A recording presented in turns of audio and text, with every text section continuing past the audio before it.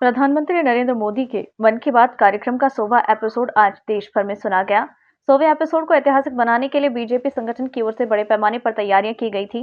हरिद्वार के ऋषिकुल ऑडिटोरियम में सांसद रमेश पोखरियाल निशंक ने साधु संतों के साथ प्रधानमंत्री की मन की बात को सुना। इस दौरान अखाड़ा परिषद के अध्यक्ष महंत रविंद्र पुरी समेत कई साधु संत मौजूद रहे। संतों ने प्रधानमंत्री की मन की बात की सराहना करते हुए कहा, प्रधानमंत्री अपने संवाद के माध्यम से हर वर्ग को छूते हैं। इसके जरिए कई जन जागरूकता के अभियान भी चले हैं, जिससे समाज में बड़ा बदलाव आया है। नवभारत समाचार हरिद्वार उत्तराखंड से शहजाद अली की रिपोर्ट। निशंक जी का एक बहुत ही अच्छा प्रयास था ये, क्योंकि भारत ही नहीं अपितु संपूर्ण विश्व में आज ये प्रोग्राम प्रसारित हुआ है।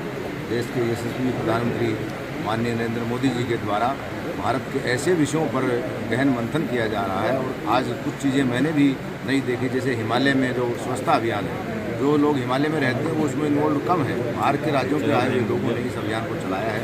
और देश में जो हथकरघा विभाग या जो स्वयं सहायता समूह का उल्लेख किया गया उनके द्वारा, वाकई में ये अनुकरणीय है। और हम सब साधु संतों ने, सभी संप्रदाय के संतों ने आकर के आदरणीय हमारे सांसद जी को खूब आशीर्वाद दिया है। माननीय प्रधानमंत्री जी के नेतृत्व में ये देश इसी प्रकार से समूह के विकास की ओर आगे बढ़े, क्योंकि संतों का काम आशीर्वाद देने का ही है।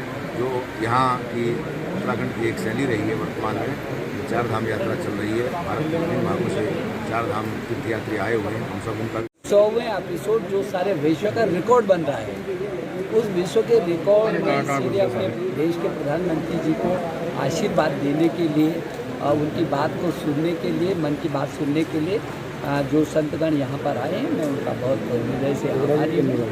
और मैं समझता हूँ कि सबका उनके साथ आशीर्वाद है कि ये वाले है। आपने देखा कि हिमालय के प्रति प्रधानमंत्री जी हमेशा चिंतित रहे हैं। और भारत की संस्कृति के उन्नयन की दिशा में, चाहे बद्रीनाथ, केदारनाथ, गंगोत्री, यमुनोत्री हो, चाहे सोमनाथ हो, चाहे काशी विश्वनाथ हो, और चाहे वो उज्जैन का महाकाल हो, और चाहे वो विभिन्न क्षेत्रों वाराणसी सहित देश के ऐसे सांस्कृतिक और धार्मिक ऐसे स्थल, चाहे अयोध्या हो, वो मोदी जी के नेतृत्व में देश की सांस्कृतिक आत्मा का उन्नयन हुआ है बहुत तेजी से।